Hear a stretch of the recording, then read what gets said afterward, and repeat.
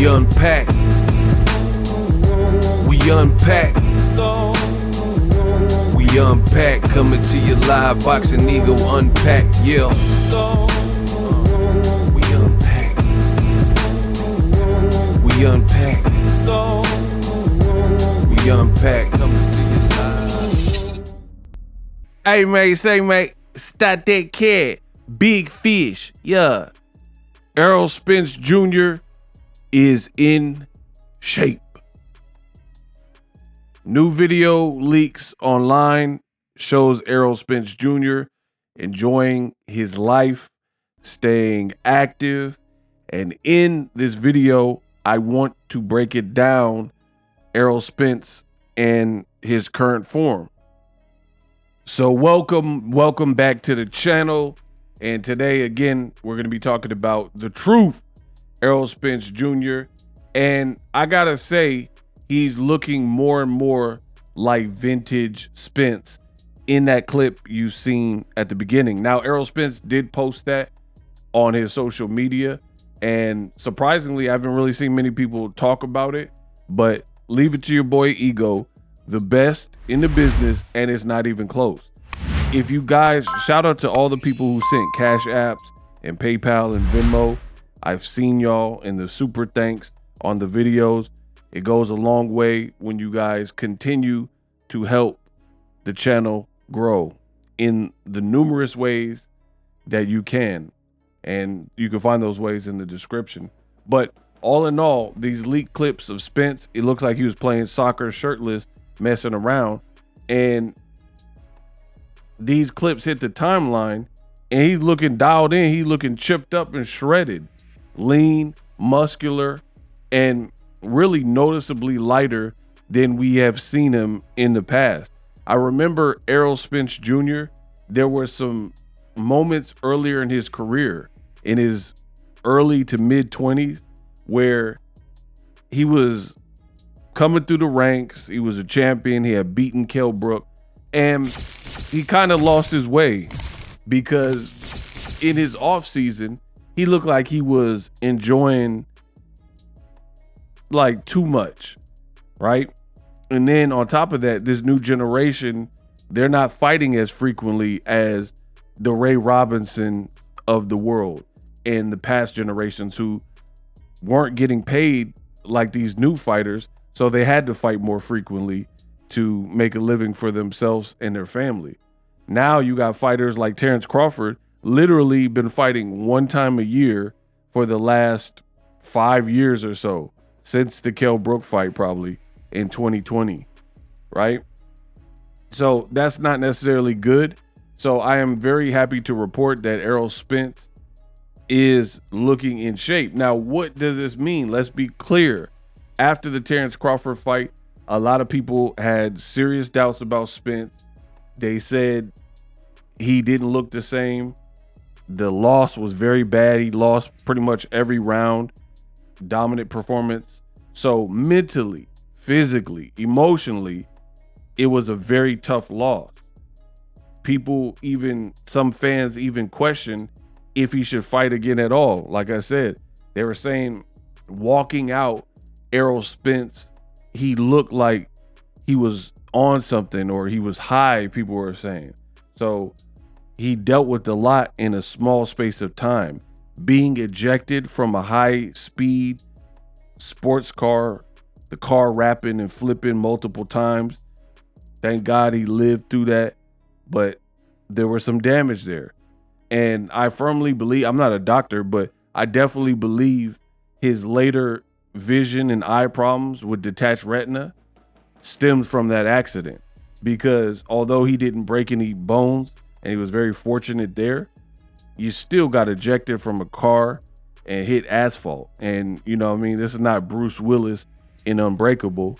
So you messed up your teeth, and there were probably other cuts, aches, scratches, and probably some of the stuff we won't hear about until maybe he decides if he is done for sure, because you don't want to put certain things out there if you're planning on continuing to fight. So this does make me happy. Whether Errol Spence decides to call it a career and never step foot in the ring again, or if he does decide to come back. I don't know. There's a lot of low quality content available in boxing. You must be advised and you must be careful. I tell you guys all the time, a lot of low quality content, and people are trying to clickbait you. You'll see these titles and it looks spicy and you're like, oh man, this happened and this happened. And you click on the video and there's no receipts, no proof of anything that was suggested in the title. So a lot of people have speculated and made posts about Errol Spence and his future and he retiring, not retiring. I don't do that. That for me, that's not my lane, because there's one person who decides when it's over, and it's Errol Spence, the fighter. So I'm not going to do a bunch of speculation, and I don't have to produce content like that to try to waste y'all time and guess around and guesstimate when the decision, I don't think Errol Spence has made a committed decision either way. You know, I haven't heard him say, yo, I'm done, I'm packing it in, or I'm not leaving like Wolf of Wall Street. I haven't heard that. So until then, I'm not believing nothing until I hear from the horse's mouth what he wants to do as the next step of his career. But all in all, Errol Spence, the weight looks down. He doesn't really look like full. Like I said, some points of his career in between fights and before the Mikey Garcia fight, he admitted in interviews that he wasn't really managing his weight. He would balloon up to 180s, high 180s, 190s. So the puffiness looks gone, you know, got the core. He just looks in shape and he looks dialed in. So it's really giving the 2019 vintage Spence energy. And if you know boxing, you know Spence, if he does come back to fight and wants to go to 154, part of his game is he's like a buzzsaw type of fighter where he really breaks people down, and his cardio is crazy, his punch volume is crazy, and he's also skilled, and he just breaks you down and wins the battle of attrition. That's kind of what happened with Kell Brook. Round by round, systematically, he kept getting, because at first, if you rewatch that fight, there was a moment where Errol Spence got hurt a little bit in that fight. And if you watch that fight, the earlier rounds were more competitive, but he just chips away at you and chips away at you. So the big question now is Spence quietly training? Is he like planning on a return? Could it be like he's coming back for a tune-up, see how things are moving? Is he targeting to come back before the end of the year? You know, some people want to see Crawford and Spence. I don't know. That, to me, I feel like that ship is sailed, because now you have Crawford going to be 38 this upcoming September, and he's fighting Canelo at 168 pounds. So I just don't see the Errol Spence fight happening. Maybe if he stayed at 154, but who knows? Who knows what's next for Errol Spence? I don't know. I'm not going to jump the gun and jump to a bunch of conclusions, but either way, I hope he makes the decision that he feels that's right in his heart. I personally like watching Errol Spence fight. I covered many of his fights. He's very fun to watch, and he shouldn't let the loss define him. Again, I don't know the backstory with the accident and if there's other things that he knows that I don't know. So that remains to be seen. I know he's no longer with Derek James. So for being honest, boxing, the game kind of misses Errol Spence, because when Errol Spence was on his way up, he had it lit, because you know he was fighting a couple times a year and he would put up big events. So it definitely would be nice to see him again, but I'm not the one that can make that decision. Let me know in the comments, do you think Spence should fight again and return?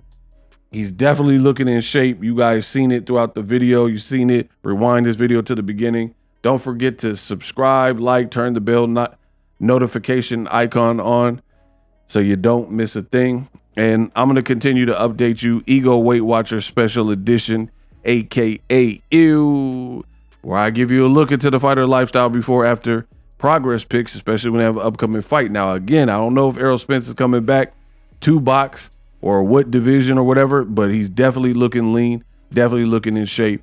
We unpack Ego Weight Watchers. It is. Live streaming can be tough, which is why I use StreamYard. Click the link in the description for StreamYard, which is an awesome tool that enables you to set up your stream with ease of use. Get great results with live streaming. It's what I use. Stream to social media with ease with StreamYard. Live streaming is here to stay. Engage with your audience using StreamYard. Great way to reach out to your audience and connect. So you need a tool that can do that.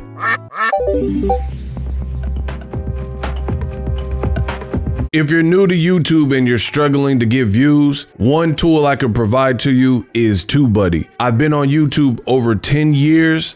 I use TubeBuddy daily to crank out videos just like this one that you're watching. Learn how the pros do it with TubeBuddy. YouTube receives a lot of traffic, which also means a lot of creators, a lot of people putting out content. So you need to learn the ropes so you know how to separate yourself, especially if you're new, but even if you're a pro, use TubeBuddy. The link is in the description. Get more views, more subscribers, and a higher click-through rate, so ultimately you can realize all of your online goals. Use my affiliate link in the description and grow your channel fast.